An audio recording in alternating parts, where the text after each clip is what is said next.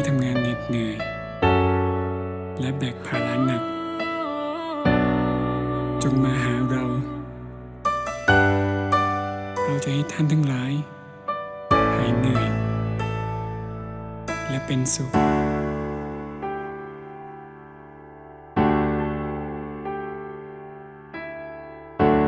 ข้าจะผ่านค่ำคืนนี้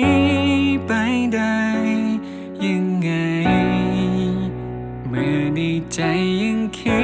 ดกังวลมากมาย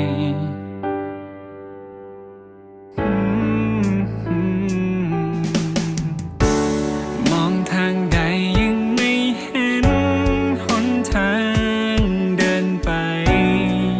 มีสิ่งเดียวที่เห็นนั่นคือพระองค์รอคอยข้าเสมอทรงบอกผู้ที่เหนื่อยล้าให้เข้ามาหาจะหายเหนื่อยและเป็นสุขข้าเข้ามาเพื่อรักษาให้พระองค์นำพาโปรดนำข้าผ่านพ้นไป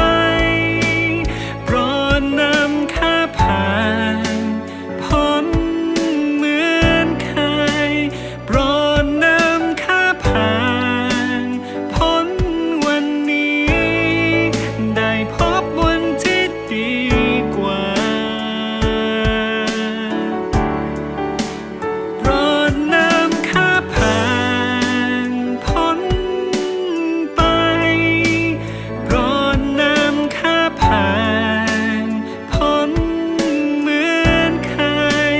โปรดนำข้าผ่านพ้นวันนี้ได้พบวันที่ดีกว่า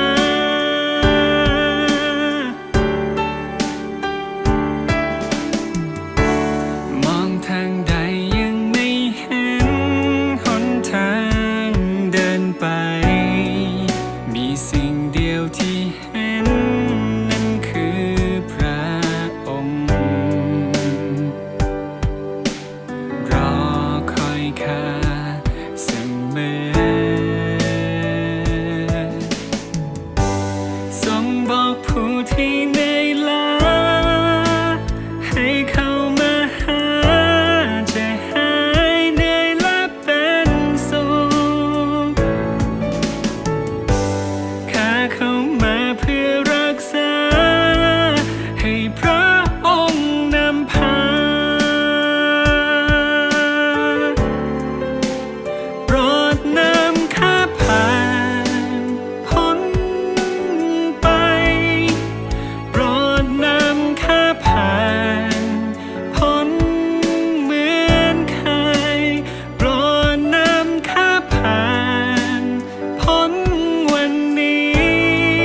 ได้พบวันที่ดีกว่าโปรดนำข้าผ่านพ้นไปโปรดนำข้าผ่านพ้นเหมือนเคยโปรดนำข้าผ่านพ้นวันนี้ได้พบวันที่ดีกว่าให้ข้าได้หายเหนื่อยให้ข้าได้พบความสุขใจให้ข้าได้หายเหนื่อยให้ข้า